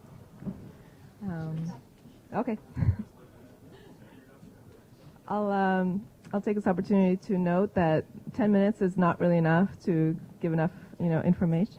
Have to speak up. How's this? All right. So there's a lot of information I left out, confidential clients that we're signing on, financial protections, what we're asking to raise. So just ask me. I can send you all that stuff and share with you. So, all right. So my name is Jenny Charney. I'm co-founder of Trimere. And so I just go in there? All right, perfect.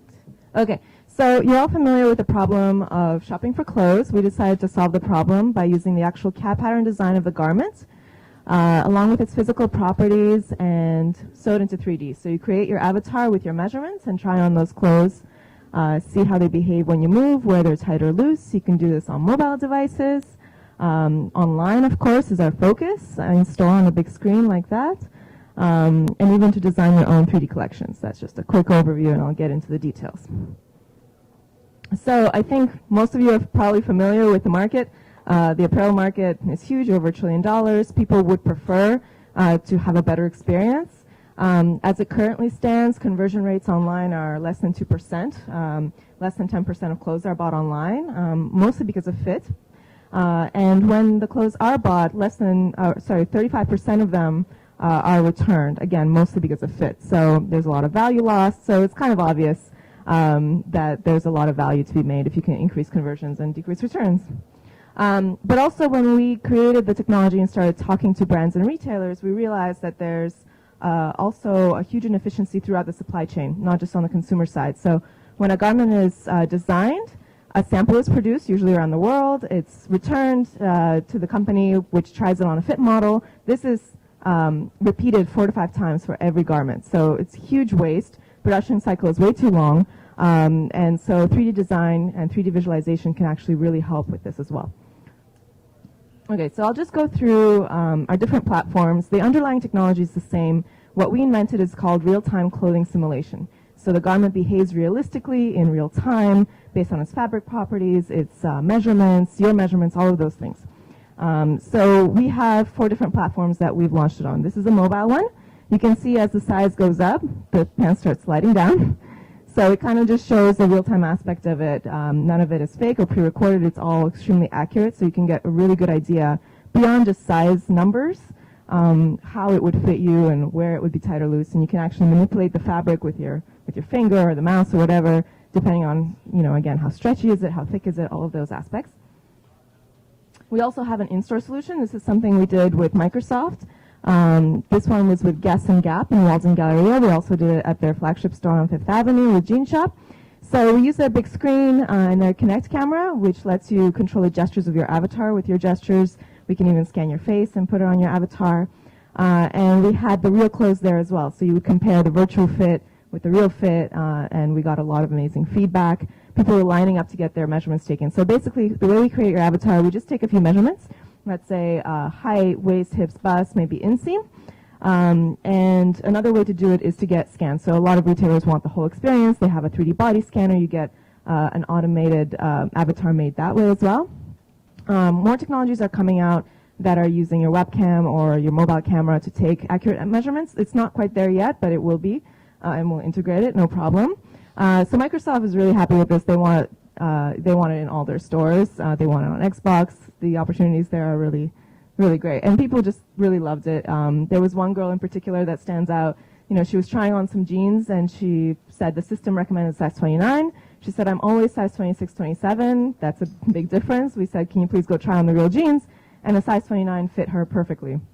So it just shows, you know, size charts are completely inconsistent. Even within one brand, a different size 29 jean in that same brand didn't fit her well because it was more stretchy or more, you know, for a different kind of body shape. This is just showing the facial scanning technology. This is one of our online applications. So if you go to trimere.com, this is the one you'll see. It's an older one. It's kind of the real-time version. So you'll see a constant video stream in the middle. It's very, very interactive, but it's also more expensive. So for smaller brands and to scale easier, we created a more economical version. But this is kind of the constant video stream. And what we do is we host the technology on our servers in the cloud. We stream it to your browser, so there's no downloading and very little, you know, if no buffering at all. So one of our clients is Jean Shop in Soho, New York, and we just integrated, this is the kind of economical version that I was talking about. You create your avatar, you can put in some measurements, you can get as specific as you want. And then imagine you're looking at some jeans on Jean Shop, you have this virtual fitting mirror, window, and you can see how it fits you, where it's tight or loose. There's also a few other tools so you can see the different sizes side by side. So red is where it's really, you know, stretching and tight. Yellow, it's touching, and white is loose. So you can decide what kind of fit you like. Some people like more baggy, some people like tighter, whatever it is. And then you can mix and match tops and bottoms, create videos, share them to social networks as well. So this is all just, sorry, I'll go back. Just very easily integrated. We have it for Shopify. This is on Squarespace. It can be integrated into any website very easily just with a plugin. And the great thing is, you know, we just launched with Jean Shop a couple of months ago, and we've already seen a 35 times increase in conversion rates and 30% less returns. So it's working pretty well on the marketing side as well. So this is how we model clothes in 3D. So we take the CAD pattern, which every brand will have, and we sew it together in 3D. We apply all the physical properties of how the fabric actually behaves, and the grading chart. So how does the measurement change depending on the size? This is the information that gets sent to the manufacturer. So it's extremely accurate.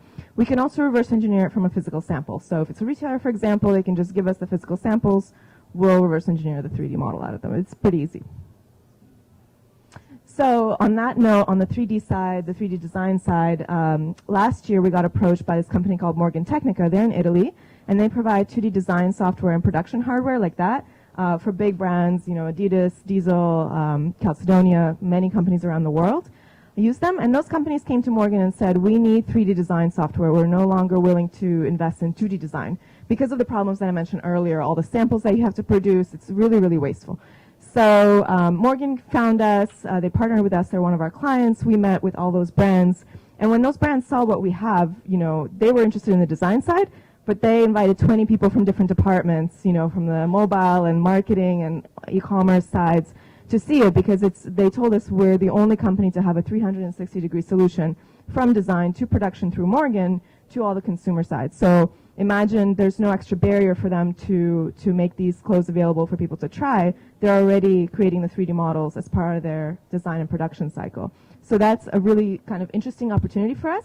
And for example, this is something that we've done for them, which is create this multi-layer simulation technology. You can see how the different layers are interacting in a realistic way. You can imagine a shirt, a jacket, you know, a scarf over top, and the way they're interacting is real time. It doesn't exist anywhere else in the world. So we're kind of adding these really advanced features to our designer that we're creating for Morgan and for their clients. And Morgan is, already has a big sales team. They're an established company, so they're selling this designer to these brands, and then we're upselling the consumer solutions to them. So a little bit about our competitors. So the first 5 companies there are on the consumer side. The last 3 are on the design side. So on the consumer side, companies like TrueFit, that second one, they've gotten the most traction. They have a lot of clients. And what they do is they compare size charts. So the size charts that you see when you shop online, they say if you're a medium at the Gap, you're a medium at Macy's, for example. So it's really easy to integrate, but it doesn't work. So we've talked to a lot of brands and retailers who use them. There's no value added. So you still have huge return rates because it doesn't work. But it's easy to integrate, whereas on our hand, we have to have the design or the physical sample or sell to them the design or software. So, but at least long term, there's going to be, huge ROI on that. There's other companies that do pretty much the same thing. They compare your measurements to size charts or something like that. And nobody has the animation, the visualization. So, we spent more than 5 years on R&D to get to that point.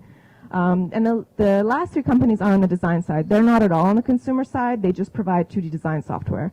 And as I mentioned, they don't have 3D design, or if they do, it's either really expensive, or it's not animated, or it's not accurate, or it's not, beautiful enough. So, for example, Diesel head of innovation at Diesel told us, he tried all of them.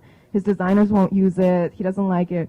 And most importantly, it's not integrated to the consumer side. So even if they go through the whole process of using it, there's no extra benefit to it. So that's why we have a really unique opportunity of kind of bridging all of these aspects. And it's not like it's difficult to us. The designer software is complementary to the consumer side. So it's a great opportunity again. A little bit about our team. So I co-founded the company with my parents, who are still entrepreneurs. And they had a company before called PriceScope, in also internet technology, but on the diamond and jewelry side, actually, that they sold. And we reinvested the proceeds into this company. We also raised, some money from angel investors and grants, and also 43 North. I don't know if you guys have heard of it.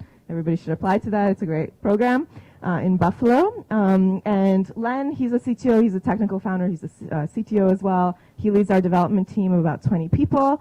And those guys are just rocket scientists. They're amazing at math and gaming technologies and physics, which is why they were able to invent this real-time clothing simulation, which companies like Cisco and Intel and Disney have tried to do and failed and gave up and are working with us now. So they're pretty great. Irina's on the creative side. She works with designers. She came up with the idea. I do the business side and business development and fundraising and all of that. Here's just a screenshot of PriceScope, the company we had before.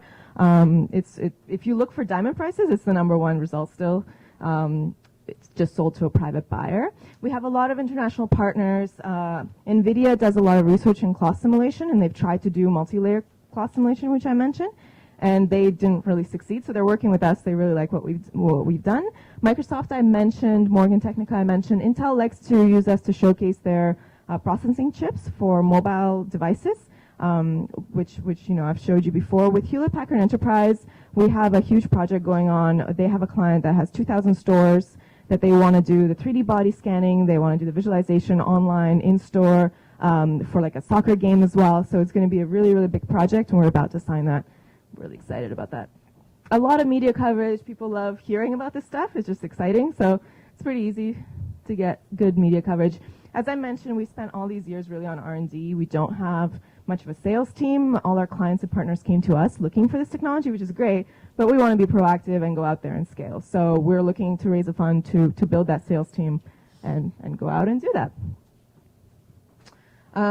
Potential acquirers, there are a lot, and this is actually an interesting opportunity to look at potential revenue streams in the future. Aside from e-commerce players on the left, top left, and top right are the CAD software providers that I talked about. There are some partners that we work with on the processing chip side that I also mentioned, but there's also opportunities in animation. So in animation, you imagine a 3D movie where the garment is behaving accurately. That took hours to render and simulate, and then it was sped up to give you like 1 second of how the fabric is behaving. So real-time cloth simulation is considered the holy grail, as they say in animation. So definitely in the future, we're talking with DreamWorks right now. In gaming, of course, as well. Even healthcare industries, we've had a lot of interest from companies, doing plastic surgery or fitness that want to show your avatar before and after and how clothes fit. And even the way we model the fabric is a soft tissue. It can be applied to human tissue as well. It can be used for surgeries down the road. There's a lot of potential opportunities, but fashion and apparel is a pretty big one, so we'll tackle that first, and then we'll see, where that takes us. there have been a lot of comparable exits. A lot of these companies haven't had too much technology, but there's just so much. Everybody's waiting for it to work. Everybody's waiting for it to happen. It hasn't really happened yet, so I think the pie is really big for us. And this is just our vision, you know, again, from all the way from the concept to design to production, all the way through to the consumer platforms and gaming. The potential is really enormous, and our vision is huge. And we're looking for the right partners to help us scale and capture that market. And again, if you have any questions, especially on, you know, the financial side or anything confidential I haven't shared, just let me know. Thanks.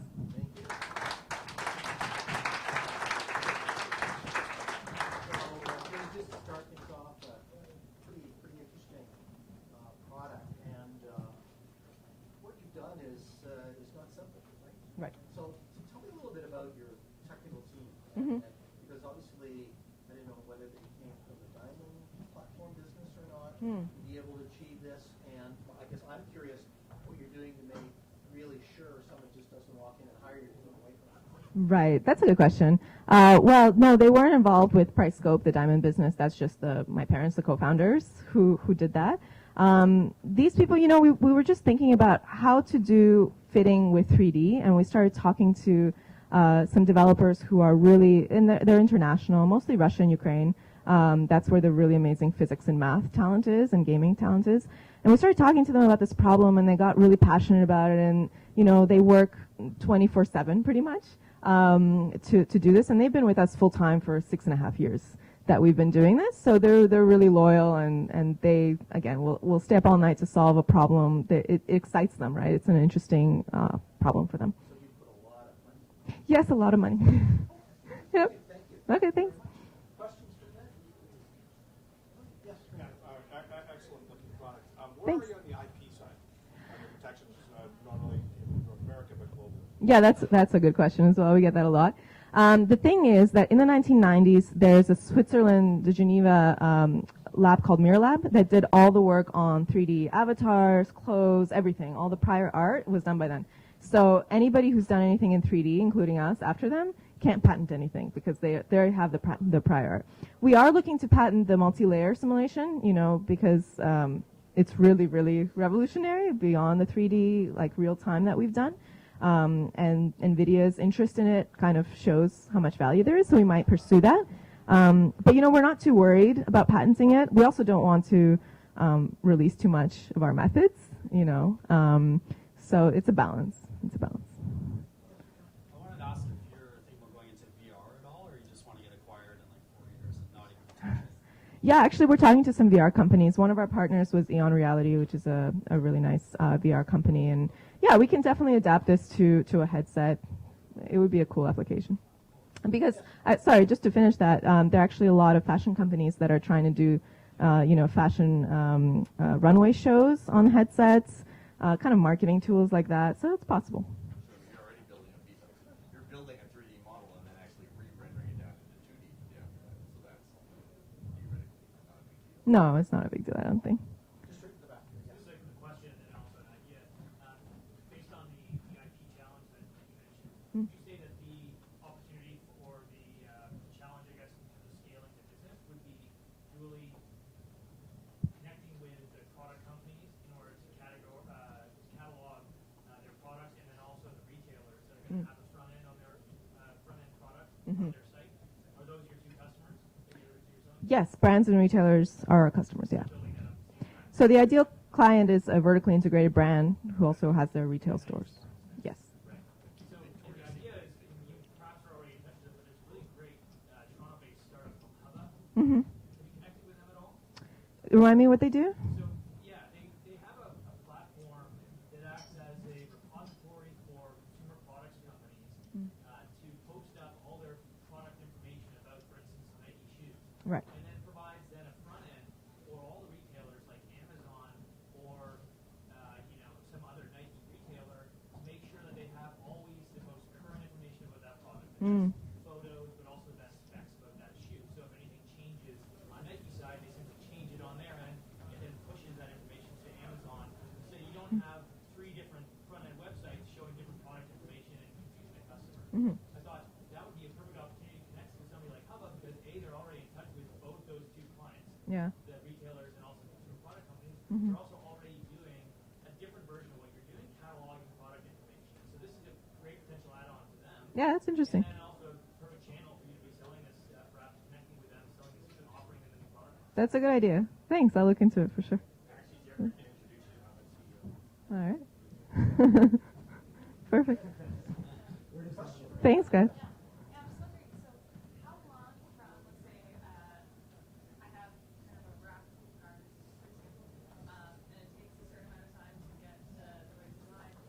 Mm. How long from the point of conception on a design to having an applier Mhm. take? So let's say I'm coming out with a spring line, fall line, whatever. How long does it take to be able to render it? Right. There's 3 levels. So the ideal, fastest, most automated level is we give you our 3D CAD designer, and as you design, you can either design in it or you can import your designs into it, so into 3D. You do it all as part of your process. It actually helps your process as well. And then you have the 3D model, and there's 0 extra work, really. The second level is we provide it as a service, so you send us your CAD patterns if you have them and all the specs that you can, and we do it for you. That can take an hour for all the sizes of a garment. And then the next level would be if you don't have any of the design aspects, you give us the physical garment, or we come in, we do it all for you. It can take maybe a couple of hours. So especially if we set up kind of an automation line to do it, it's not too hard. Yeah. Do you have a fashion line? Yes, sir. Yeah. No, okay. And can you talk all about your ask? About your ask? Oh, our ask, yeah. Well, we have kind of 2 options. We can raise 2 million Series A and hire a sales team and really go out and I think do really well really quickly. Or we might not be at that level yet. A lot of Series A investors say we need more revenue first, so we can raise maybe 250 to 500,000 to help us, nail down all the clients that we currently have in the pipeline, the HP client, get all the designers out there with our product and really scale from there. So that's also an option. Yeah.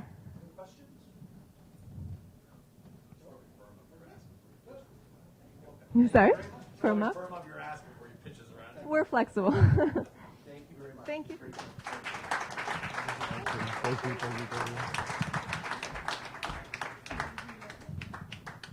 Okay, that was awesome. So I guess now we're at that stage where everybody's should be able to make their way, grab yourself a glass of wine, network, chat with people. There's a lot of great people here. If you guys have any questions that you want to ask the entrepreneur, the owner of the company, by all means, go reach out to them. If you don't connect with them, you can send me an email. I can help connect anybody you guys need. If they're within, I don't know, whatever LinkedIn says, 16 ways away, I can help you out. And you can reach me at jeffrey@hardbootinc.com, and I'll certainly connect anybody I can to your network. Outside of that, I want to thank all of you for coming. Thank you for all the great questions. I think one last hand for all the entrepreneurs. They did a great job. You guys can find all this information. It's all video recorded. It was live. Now it's going to be chopped up and put on opn.ninja, so you guys can check it out there. And we look forward to seeing you guys on February 23rd. And if anybody has any interest, as we mentioned, in the OPN side of things, by all means, reach out, because I'd love to chat with you guys.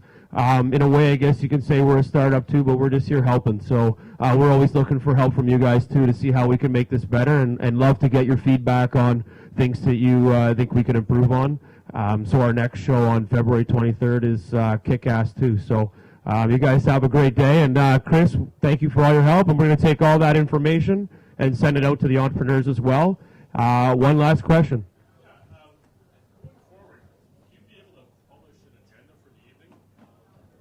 I can do that. Okay, cool. Yeah, that's a good idea. Okay. Okay.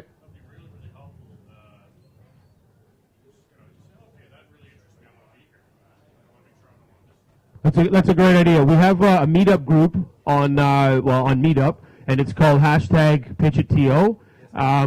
It doesn't have a lot of detail. I send out a couple emails. I hope they work. But you're right. I will put together an agenda so it gives a better profile of who's actually going to be pitching. That's a fantastic idea. I won't keep it a mystery. Actually, one just quick question.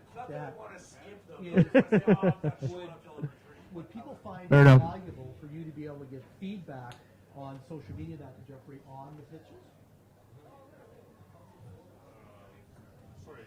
Like in terms of feedback, would you find? I was just curious. Would people find it valuable to be able to give feedback on each of the pitches on some sort of social platform to Jeffrey? Like you could pick up your iPhone. I think that's valuable for the pitchers, obviously. Yeah. I would actually prefer that so we can look into who's commenting and like what they're all Yeah. Rather than me having a 2-second conversation, if I said something, Yeah. they could talk and It's just thoughts for down the road. either through LinkedIn or through Really, I was thinking about, before I decided to come down, Yeah. Totally. what's going on in pitch. Yeah. Sure. Okay.